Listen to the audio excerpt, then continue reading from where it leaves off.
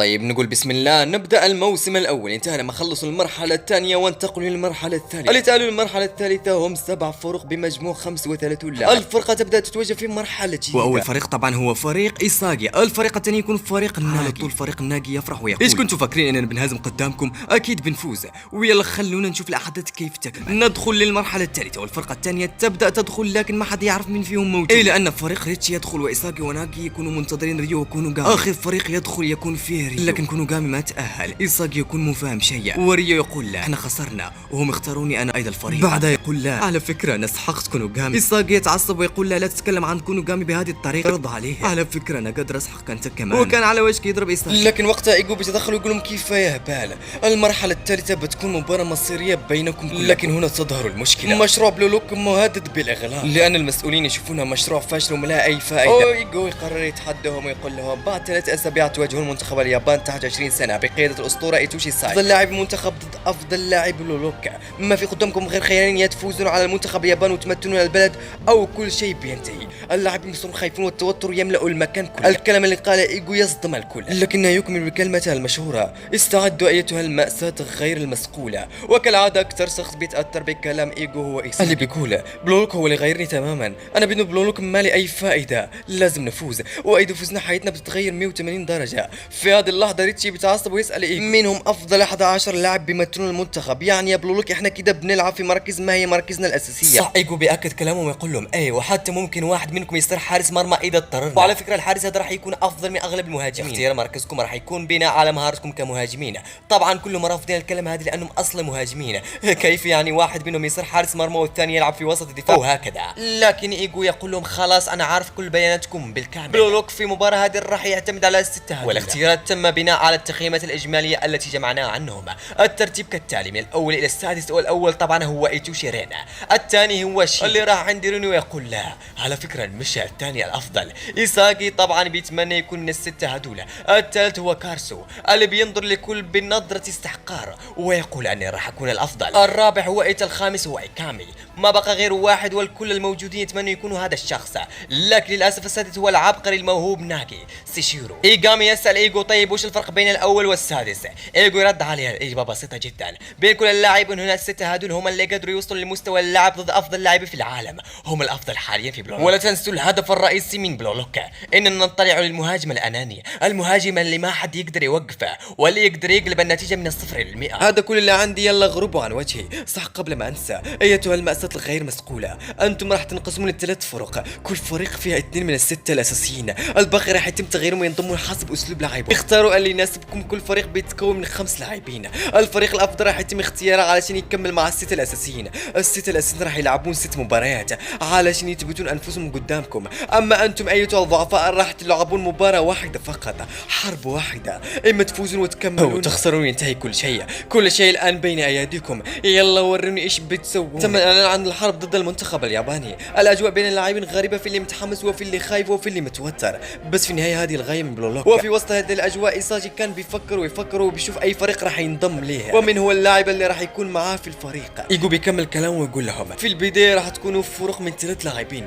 يعني هيكون في 9 فرق، وفي فريق راح يتكون من لاعبين. ولحل المشكلة هذه احنا هنضيف اللاعب السبعة. اللاعب السبعة هذا سيكون من ضمن ال6 الاساسيين، يعني بيكون كده 7 في الترتيب. الافضل في بلولوك ايوه يا صديقي هو بشيرة اللي راح يلعب مباراتين مش مباراة واحدة. الصاجي بيبص وبيقول هم دول اللاعبين الافضل في بلولوك، يعني انت حاب تقول لي يا ايجو انهم احسن مني صح؟ ايجو بيقول ال6 يلا روحوا ارتاحوا وسيبوا الحشرات يلعبوا معاكم، انتم ايها الاساطير. ايجو بعد ما بيلاقي كل الموجودين محبوطين فبيقول لهم انا عندي خبر صار لكم، الترتيب اللي قلت لكم في هذا الوقت هو في الوقت الحالي، اما بالنسبه لكم ممكن تغيرون ترتيبكم من الضعفاء الى الملوك.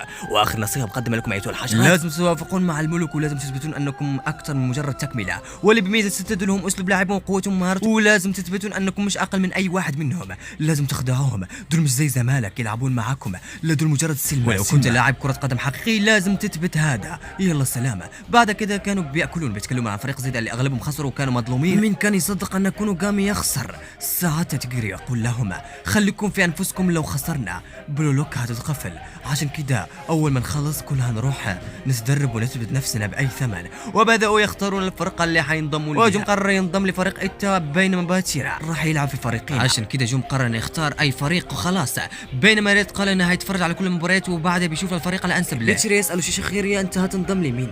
شيشي يرد عليه مش عارف ثم يسال ايساجي وانت يا ايساجي هتنضم لمين؟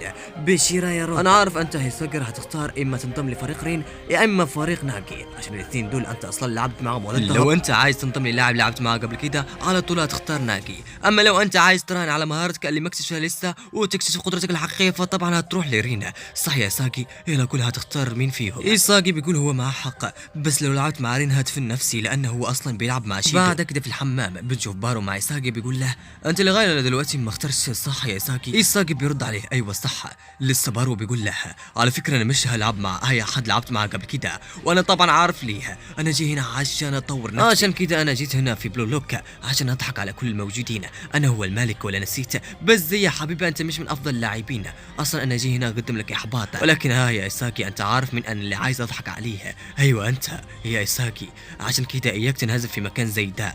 بارو بيترك ميساجي وبيمشي وبعدين بيجوا الستة اللي ايجو حاطط عليهم كل اماله وبيقول لهم انتم لازم تثبتون انكم من نخبة بلو لوكو وما تخلوش اي احد من الموجودين انه ياخذ مكانكم، انتم النص اللي هنقدر ندمر به كرة القدم اليابانية. وفي نفس الوقت ايساكي كان بيتفرج على المباراة عشان يشوف هيلعب مع مين، هو مش قادر يختار من بين اللاعبين اللي قدامه وفجأة بيجي له ريو وبيقول له ايه ده انت كمان مش عارف تختار تلعب مع مين، خصوصا بعد ما شفت الفرق ما بينك وبين ناجي دلوقتي في وسط افضل لاعبي بلو لوك.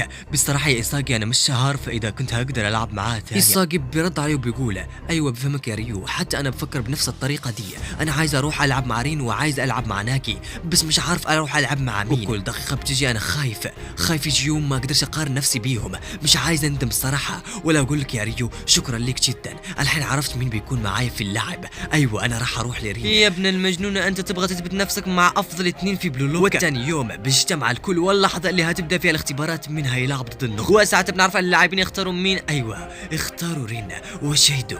اغلب اللاعبين قرروا يلعبوا معه حتى بيتشريس بص لرينو قال له ايش هذا انت بعد اخترت ناجي؟ الحين انتم هتلعبون اكثر من مباراة، كل مباراة وراها الثانية على طول، الفرق بين كل مباراة ومباراة اللي بعدها 6 ساعات، وعلشان الانصاف ما حدش بيشوف مباراة غيرها، واول مباراة بين فريق او فريق بي اللي هيحددوا الان هم اللاعبين اللي اختارتهم فريق واللي وقع عليهم اختيارهم ايجي وهي ونيجر، اما فريق بي فبيكون متكون من هالثلاث اشخاص من بينهم السريع تشيجري. يلا كل اللي هيسمع اسمه يطلع لان المباراة هتبدا الحين، كل الموجودين متوترين خصوصا ايجي. بعد كده بنشوف رين وهو بيتفكر ماضيه مع اخوه صحيح لما رجع من انجلترا وقال لها انا ما راح اكون مهاجم انا بكون خط وسط، هو بيقول لها كيف احنا اصلا حلمنا نكون افضل مهاجمين في العالم، فبيقول له يا رينا انا غيرت حلمي، انا وانت الحين بنلعب اذا قدرت تفوز علي انا راح اكون مهاجم لكن اذا خسرت لازم تترك حلمك هذا. وهو مصدوم بيقول له كيف انت بتقول كده، انا وانت اصلا كنا ناويين نكون افضل مهاجمين في العالم، كيف الان تفكر تترك حلمك بسرعه هكذا؟ فبيقول له انا لما كنت في انجلترا لقيت لاعبين هناك اقوى منا بكثير عشان كده قررت استغنى عن حلمي هذا،